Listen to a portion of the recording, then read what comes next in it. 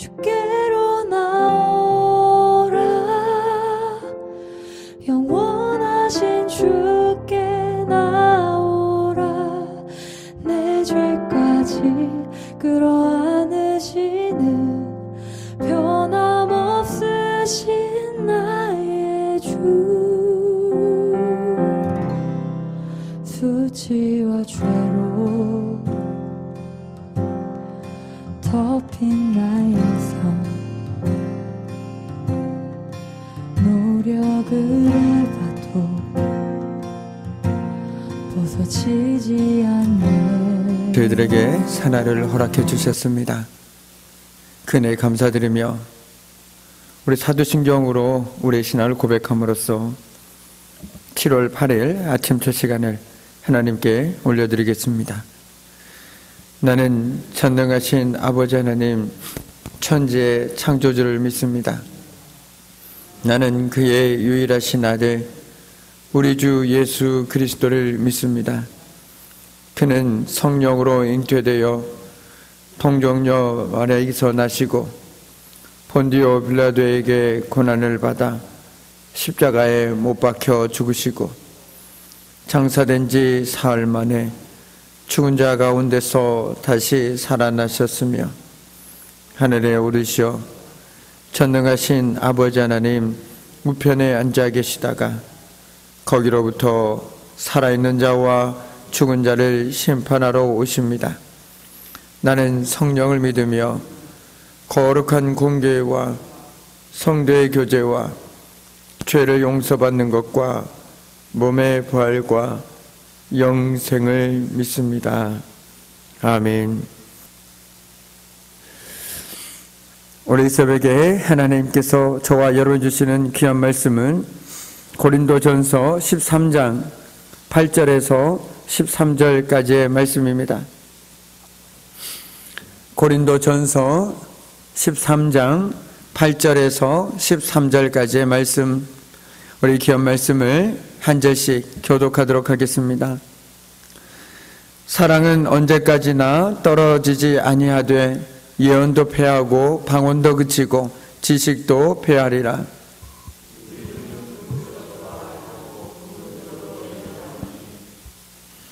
온전한 것이 올 때는 부분적으로 하던 것이 패하리라.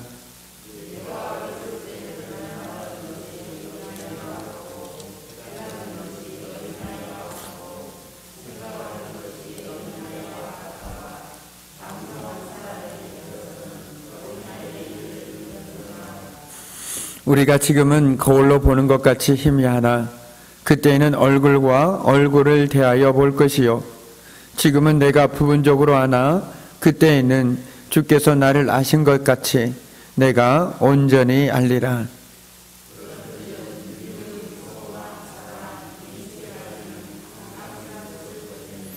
그 중에 제일은 사랑이라. 아멘.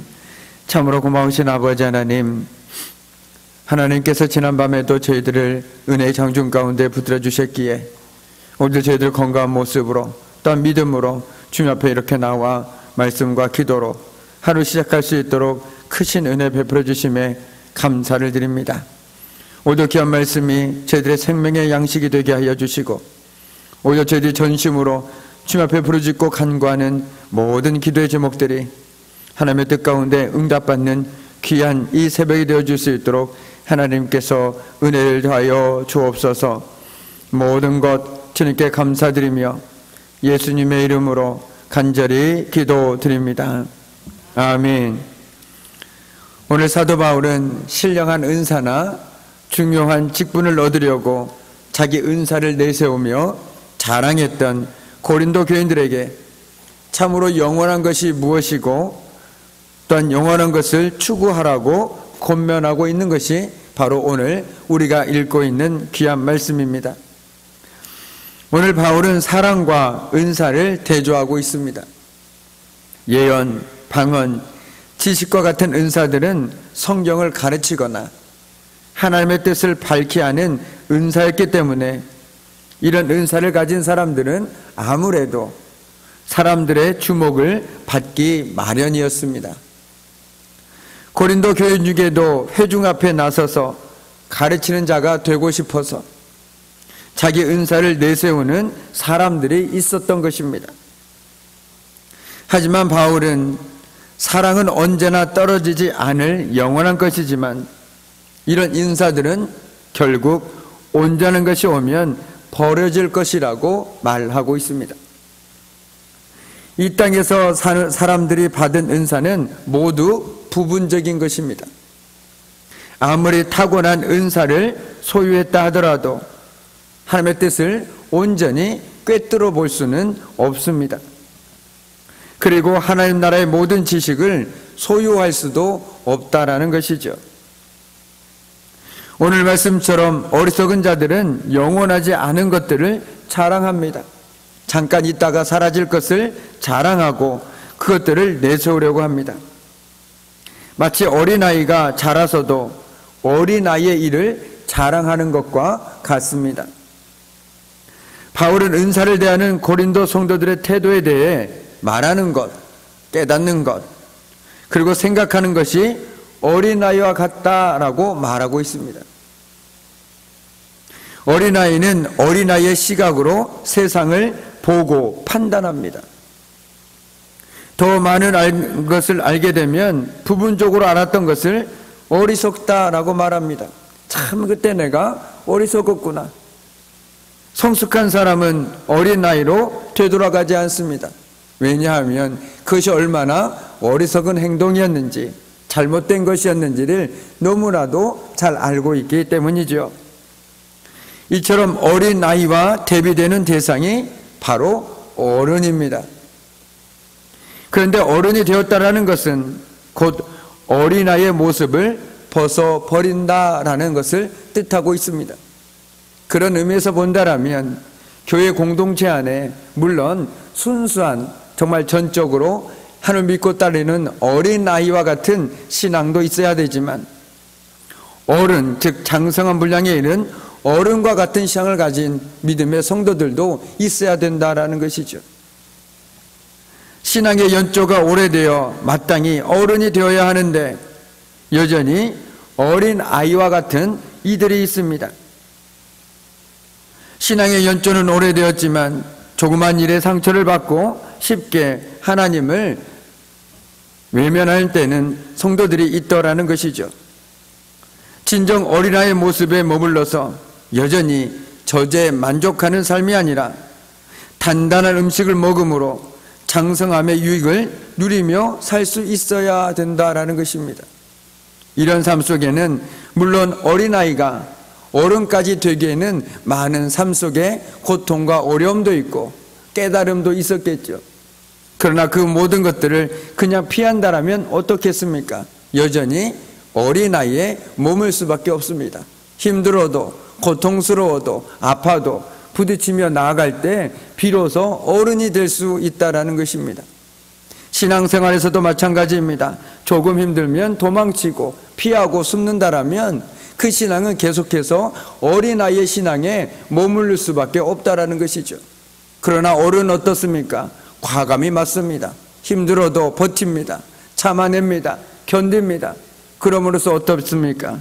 이제는 단단한 음식을 먹을 수 있을 만큼 장성한 믿음의 분량에 이르러서 진정한 믿음의 유익을 누리며 살아가게 된다라는 것이죠. 그런 의미에서 우리 공동체 안에 정말 장성한 믿음의 분량에 이른 어른과 같은 신앙을 가진 우리 귀한 믿음의 권속들이 차고 넘쳐나기를 주님의 이름으로 간절히 축복합니다. 아멘. 이제 바울은 우리가 거울을 보는 것 같이 희미하다라고 말합니다. 요즘은 그렇지 않지만 당시에는 유리가 아니라 굴이나 청동으로 거울을 만들었습니다. 한번 생각해 보십시오. 굴이나 청동으로 내 얼굴을 비춰볼 때 지금 유리처럼 선명하게 나의 모습을 볼 수 있겠습니까? 그렇지 않죠. 희미하게 보일 뿐입니다. 우리가 갖고 있는 은사가 그와 마찬가지로 불완전하고 불확실하다라고 바울은 말하고 있습니다. 네가 보고 있는 것 같으나 흐릿한 것을 보고 있다. 즉 하나님 나라를 희미하게 보여주는 거울과 같다라고 말하고 있습니다. 그러나 그때가 되면 우리는 더 이상 거울을 통해서 보는 것이 아니라 직접 얼굴을 마주대하듯 지금 저와 여러분이 얼굴을 마주 보듯이 완전한 사랑의 실체를 보게 될 것이다 라고 말하고 있습니다. 그리고 끝으로 바울은 모든 은사는 사라지겠지만 믿음과 소망과 사랑은 항상 남아있을 것이고 그 중에 으뜸이 사랑이다 라고 말하고 있습니다. 우리는 이 말씀을 참 어렸을 때부터 많이 들어왔던 것 같습니다. 믿음, 소망, 사랑 그 셋은 항상 있을 것인데 그 중에 제일은 사랑이다 라고 저도 말씀을 암송을 했지만 그 깊은 의미를 완전히 깨닫지는 못했습니다. 그냥 사랑이 좋은 것이니까 믿음이 더 오래가는 것 아닌가 라고 생각했을 때도 있습니다. 그런데 오늘 말씀을 준비하면서 정말 왜 사랑이 으뜸이고 왜 사랑이 제일 오래 남는지 다시 한번 깨닫는 은혜가 있었습니다. 우리는 고린도 교회의 성도들처럼 이 땅의 일시적인 것들에 집착하다가 사랑을 놓치지 않도록 주의해야 합니다. 결국 영원한 것은 예언이나 방언, 지식 등의 은사가 아니라 믿음과 소망과 사랑입니다. 바울은 그 중에서도 사랑이 제일이라 말합니다. 그럼으로써 고린도 교회가 은사를 얻고자 노력할 것이 아니라 서로를 더욱 뜨겁게 사랑하기 위해 노력해야 한다라고 가르치고 있는 것이죠. 그래서 13장 1절에 보면 너희는 가장 사랑의 은사를 구하라라고 말하고 있습니다. 12장 31절에 보면 너희는 더욱 큰 은사를 사모하라. 내가 또한 가장 좋은 길을 너희에게 보이리라 라고 말했습니다. 그것이 바로 사랑의 은사였죠. 바라기는 저와 여러분에도 많은 은사가 있지만 은사는 하나님께서 우리에게 선물로 주시지만 그럼에도 하나님께 더 큰 은사, 사랑의 은사를 구함을 통해서 하나님께서 주 안에서 가족으로 묶어주신 우리 형제자매를 뜨겁게 사랑함으로 함께 세워나갈 수 있는 저와 여러분이 되기를 간절히 소망합니다. 형제를 진심으로 사랑하는 것만큼 중요하고 가치 있는 것은 없습니다. 우리 마음에는 은사나 직분을 통해 나 자신을 드러내고 싶어하는 태도가 없는지 돌아봐야 하겠습니다. 사실 부끄럽지만 저는 지금까지 제가 하나님께 구한 은사가 하나 있었습니다. 하나님 저에게 말씀의 은사를 주십시오라고 기도했었습니다. 그런데 오늘 말씀을 준비하면서 참 부끄러웠습니다. 가만히 내 속을 들여다보니 말씀의 은사를 구하는 것이 물론 하나님의 귀한 말씀을 바로 증거하고자 하는 마음도 있지만 그보다 더 깊은 마음 속에는 나를 드러내고자 하는 마음이 있었음을 고백하지 않을 수가 없었습니다. 정말 우리가 내 은사를 통해서 직분을 통해서 나를 드러내고 싶은 태도가 있는지 없는지 우리는 돌아보아야 된다라는 것이죠. 우리가 앞서 살펴봤지만 은사나 직분은 나를 드러내는 것이 아닙니다. 오히려 하나님을 드러내는데 사용되어야 하는 것이 바로 하나님께 주신 은사요 직분인 것입니다. 그런데 그 은사나 직분을 통해서 내가 드러난다. 그렇다면 철저하게 하나님 앞에서 회개해야 합니다. 다시 한번 우리가 기억해야 할 것은 하나님께서 나에게 은사를 주신 것은 교회 안에서 나에게 귀한 직분을 주신 것은 나를 드러내라고 주신 것이 결코 아닙니다. 그 은사나 직분을 통해서 사람들로부터 인정받고 사람들로부터 영광을 취하라고 주신 것이 결코 아니라 오히려 섬기는 모습으로 낮은 자의 모습으로 하나님의 영광을 드러내라고 우리에게 주신 것임을 우리는 이 새벽에 다시 한번 깊이 생각해야 될 것입니다. 그렇다면 하나님께서 나에게 어떤 은사를 주셨든지 나에게 어떤 직분을 주셨든지 내가 해야 할 일, 내가 그것들을 대하는 태도는 너무나도 분명하다라는 것이죠. 우리가 왜 작은 일들은 소홀히 합니까? 내가 드러나지 않기 때문이죠. 그래서 어떻습니까? 큰 일만 하려고 합니다. 사람들 앞에서 보여지는 일들만 하려고 합니다. 그래야만 내가 드러나니까, 내가 인정받을 수 있으니까. 그러나 그것은 결코 하나님께서 원하시는 모습이 아니라는 것이죠. 제가 수요일에도 말씀드렸지만 하나님께서는 오히려 교회 주변에서, 아니 아무도 보이지 않는 곳에서 휴지 앉아 줍는 것을 더 귀하게 여기신다라는 것입니다. 왜요? 하나님께서는 그것을 더 귀하게 보시기 때문입니다. 그것을 통해서 누가 자기를 드러낼 수 있겠습니까? 바로 하나님을 드러내는 바로 섬김의 삶이요 복된 삶이기 때문에 그렇습니다. 우리 안에는 끊임없이 나를 드러내고자 하는 마음이 있습니다. 누구나 다 있습니다. 그런데 그 마음을 내려놓아야 우리는 진짜 말로만이 아니라 우리의 삶으로 형제를 뜨겁게 사랑할 수 있고 하나님을 드러낼 수 있음을 우리는 이 새벽에 다시 한번 깨닫게 되어집니다. 그런 의미에서 본다라면 참으로 많은 은사가 있지만 내 안에 사랑의 은사가 있을 때, 그 사랑으로 넘쳐날 때 바로 이 삶을 살아갈 수 있다는 것이죠. 그 형제를 사랑하는 마음이 있기 때문에 우리는 기꺼이 그 형제를 끌어안을 수 있습니다. 내가 그 사람을 도와줬을 때 내가 드러날 수 있을까? 내가 생생될 수 있을까를 생각하지 않고, 내가 받은 사랑이 너무나도 넘치고 차고 감격스러워서 그 사랑을 그냥 고스란히 전해주는 그 귀한 사랑을 통해서 어찌 하나님의 영광을 받지 않으며 어찌 하나님께서 역사하지 않겠습니까? 우리 사랑에 때로는 하나님께서 역사하지 않으신다라면 혹시 저와 여러분의 사랑에 베푸는 손길에 불순물을 넣어서 하고 있지는 않습니까? 내가 이렇게 하면 하나님께서 이렇게 해주시겠지, 아니면 내가 이렇게 행동하면 내가 조금 드러나 보이겠지, 내가 남들보다 나아 보이겠지, 이런 마음을 한다라면 그 사랑은 하나님이 보시기에는 불순물이 섞인 사랑입니다. 진짜 사랑은 아무 대가도 바라지 않고 내가 받은 것이 있으니 거저주는 마음으로, 감사하는 마음으로 나누는 것이고 베푸는 마음이라는 것이죠. 그런 의미에서 본다라면 예수님께서는 그렇게 말씀하지 않으셨습니까? 왼손이 하는 일을 오른손이 모르게 하라. 그리고 남에게 베풀 때 내가 무엇인가를 누구에게 줬을 때 그 사람에게 뭔가 받을 수 있는 사람에게 주지 말고, 내가 무엇인가를 베풀었을 때 그 사람에게 아무것도 받을 수 없는 사람에게 베풀라라는 그 귀한 말씀을 생각한다라면 저와 여러분이 누구를 사랑해야 하는지, 누구에게 사랑을 베풀어야 하는지는 너무나도 분명해 보입니다. 내가 누군가에게 아무것도 받을 수 없는 사람에게 사랑을 베푼다면요, 그 사람이 나에게 줄 수 있는 것은 무엇일까요? 비록 보이는 것은 우리에게 줄 수 없을지도 모릅니다. 내가 줬던 것과 똑같은 것을 줄 수 없을지도 모릅니다. 그러나 그 사랑에 너무나 감사해서 우리에게 기도로 그 마음을 담아 줄 수 있는 그런 관계가 되지 않겠습니까? 기도보다 더 중요한 것이 어디 있겠습니까?